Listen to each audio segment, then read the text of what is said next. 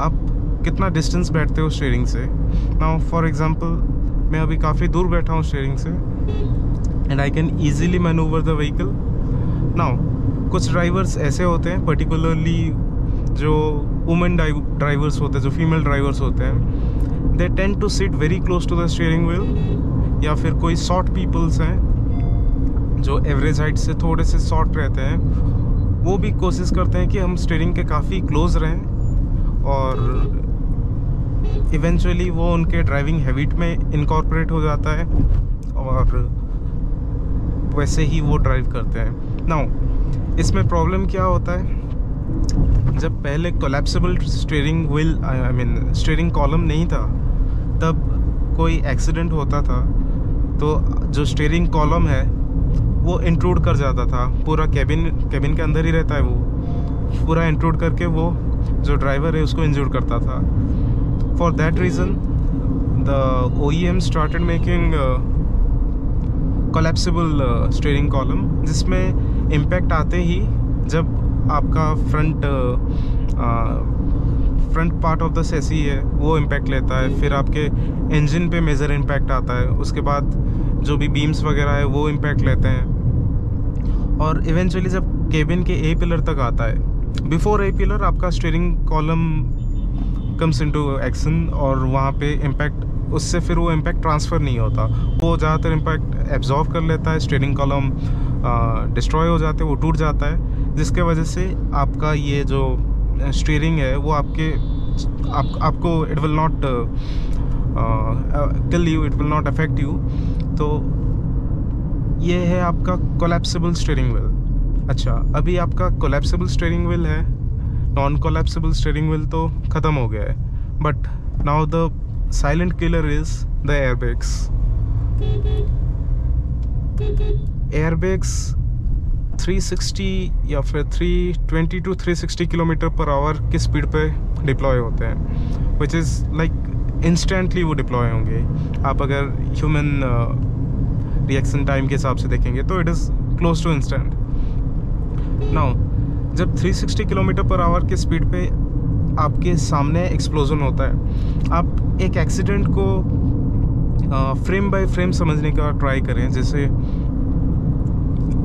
The vehicle is running at a speed of 50 और 60 kilometre per hour और उसमें sudden डिसलेरेशन होता है, सडनली व्हीकल रुक जाता है, कोई इम्पैक्ट के वजह से, कोई ऑब्स्टेकल के वजह से, कोई क्रैश की वजह से, कुछ भी हो सकता है। जब सडन डिसलरेट होता है, वो जो डिसलरेशन होता है also known as negative acceleration, जो डिसलरेशन होता है उसका जो रेट है वो सेंसर्स डिटरमाइन करते हैं। नाउ आपको पता है एक्टिव सेफ्टी फीचर्स होते हैं, पैसिव सेफ्टी फीचर्स होते हैं, बट यहाँ पे हम सबको क्यूमुलेटिवली लेके बात कर रहे हैं। The first point of contact होते हैं आपके बम्पर्स। बम्पर से आपका व्हीकल का जो मेन सेसी होता है वहाँ पे आपका प्रेशर आता है, उस सेसी में लगा हुआ रहता है आपका सेंसर्स, क्रैश सेंसर्स। नाउ वो क्रैश सेंसर का काम क्या है, वो रेट देखते हैं कौन से रेट में ये व्हीकल डिसलरेट कर रहा है। Now there is a minimum threshold जिसमें आपका एयरबैग डिप्लॉय होगा या नहीं होगा वो सेट होता है। नाउ आप ऐसे मान के चलिए एयरबैग डिप्लॉय अगर यहाँ पे हो रहा है, this is the minimum threshold जहाँ पे आपका एयरबैग डिप्लॉय हो रहा है। एयरबैग डिप्लॉय होने से पहले let this is the impact sensor, वो ऐसे क्रॉस करेगा, उसका जो डेटा रीडिंग है it's going from left to right. Let's say on a scale of 1 to 10, 5 में आपका एयरबैग डिप्लॉय हो जाएगा। नाउ ये स्केल में अगर 5 में आपका एयरबैग डिप्लॉय होता है, then somewhat around 2.5 to 3 airbag deploy होने से पहले आपका प्री टेंशनर्स और सीट बेल्ट टेंशनर्स एक्टिवेट हो जाते हैं। तो जैसे ही क्रैश होता है, let's suppose 0 is the point जहाँ पे क्रैश हुआ, तो जैसे ही क्रैश होता है वहाँ से डेटा आपका मूव होता है, तो वो जो थ्रेशोल्ड है फॉर सीट बेल्ट टेंशनर पहले वो क्रॉस करेगा। लेट्स सपोज इट इज़ 3 और 3.5। जैसे ही 3.5 के ऊपर वो इम्पैक्ट चला गया, तो व्हीकल ये सेंस कर गया कि ये क्रैश थोड़ा सा फैटल है, तो उस समय क्या होगा, आपका pretensioners they will pull you back. ये जो सीट्स हैं, सीट्स में साइड बोल्स्टर्स होते हैं जो आपको टक इन करके रखने में हेल्प करते हैं। Now this pre tensioner will get activated और वो नेगेटिवली रोल करेगा, जो आपके सीट बेल्ट्स को टाइट कर देगा। जैसे ही आपका सीट बेल्ट टाइट होगा, it will pull you back and it will hold you tight on the seats. अच्छा, अब इसमें आपको ये देखना भी ज़रूरी है सीट बेल्ट डिज़ाइन कैसे होता है। तो उसके लिए हमें ये समझना ज़रूरी है कि ह्यूमन एनाटॉमी जो है, ह्यूमन बॉडी जो है, उसके हिसाब से सीट बेल्ट डिज़ाइन हुआ है। दैट्स द रीज़न वो कहते हैं कि सामने बच्चे को ना बिठाओ, कोई चाइल्ड सेफ्टी सीट्स अगर है तो उसको ना लगाओ, एंकर्स ठीक से लगाओ। बहुत सारी चीज़ें, आपका हाइट डिटरमाइन किया जाता है कि कितने हाइट में सीट बेल्ट, हाइट एडजस्टर आता है। तो बहुत सारे ऐसे फैक्टर्स हैं। क्यों है मैं बताता हूँ। जैसे हम ये जो ड्राइविंग पोजीशन में हम बैठते हैं, this are known as 3 point seat belts. एक पॉइंट ऊपर है, एक यहाँ नीचे रहता है और एक पॉइंट राइट साइड नीचे रहता है। तो आपके राइट साइड 2 पॉइंट होते हैं, लेफ्ट साइड 1 पॉइंट होता है। तो ये 3 पॉइंट कनेक्शन होता है, एक ट्रायंगल पैटर्न का कनेक्शन होता है। नाउ ये जो ट्रायंगल कनेक्शन है, ये जो ट्रायंगल कनेक्शन है, इसमें आपको ये समझना ज़रूरी है कि कॉन्टैक्ट पॉइंट्स क्या है।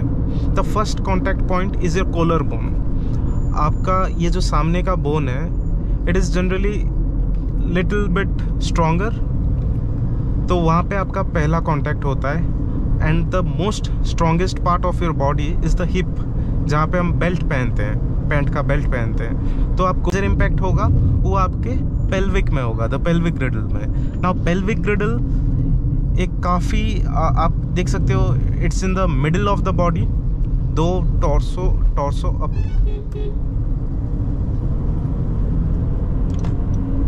अपर टॉर्सो एंड लोअर बॉडी के बीच में जो पेल्विक ग्रिडल है, जो हमारा कमर का रीजन है, जो हमारा हिप है, इट इज़ वेरी स्ट्रॉन्ग और फोर्टिफाइड एरिया है वो अपने बॉडी का। दैट इज़ द रीज़न जब आपका कैल्शियम डेफिशिएंसी होता है, then the entire skeletal system cramps.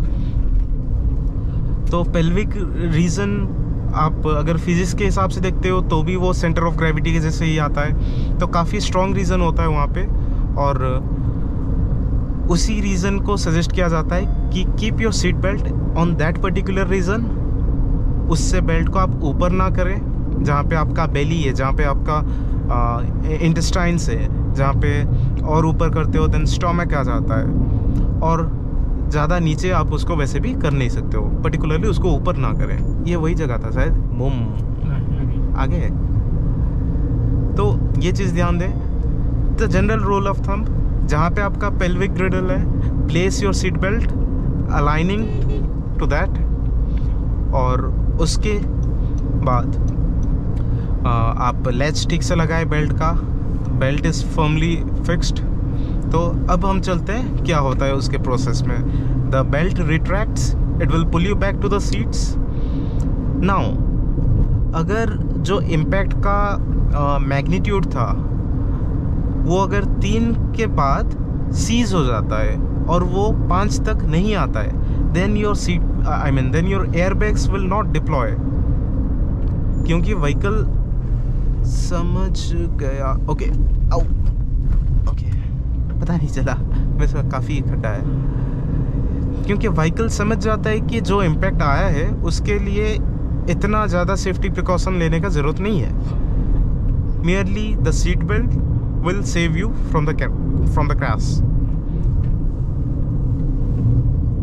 But अगर वो इम्पैक्ट इवेंचुअली 3 से लेके 5 तक क्रॉस हो जाता है, 5 को क्रॉस कर जाता है, जो आपका मिनिमम थ्रेशोल्ड है एयरबैग डिप्लॉय होने का, जब 5 क्रॉस हो जाता है, अब आप ये मोशन जो मैं बताया, you think it in a sequence. वो थ्रेशोल्ड क्रॉस हुआ, पहले 3 का, आप the belt will retract you to the seats, आप सीट में फिक्स हो गए। देन वो इम्पैक्ट जाता है, इवेंचुअली 5 क्रॉस होता है, the airbags will deploy, and after some milliseconds the retraction, जो बेल्ट हुआ था it will evenly lose out, वो रिलीज़ कर देगा, जिसके वजह से एक स्मूथ लैंडिंग आपका होगा एयरबैग पे। तो वो स्मूथ लैंडिंग कितना स्मूथ होगा, it is not practical, but that is how accident is being absorbed, the impact is being absorbed by the airbags. तो ऐसे एयरबैग आपके काम करते हैं, और particularly Honda is the first pioneer company to do this ISRS airbags. 2 airbags आते हैं, एक नॉर्मल आपका SRS एयरबैग्स होते हैं और एक आपका ISRS एयरबैग्स होते हैं। जो ISRS एयरबैग्स होते हैं वो हर गाड़ी में नहीं होता है, पर्टिकुलरली होंडास के फ्रंट जो एयरबैग्स होते हैं वो ISRS होते हैं। ISRS में एक स्पाइरल स्ट्रक्चर होता है जो डिप्लॉयमेंट टाइम काफ़ी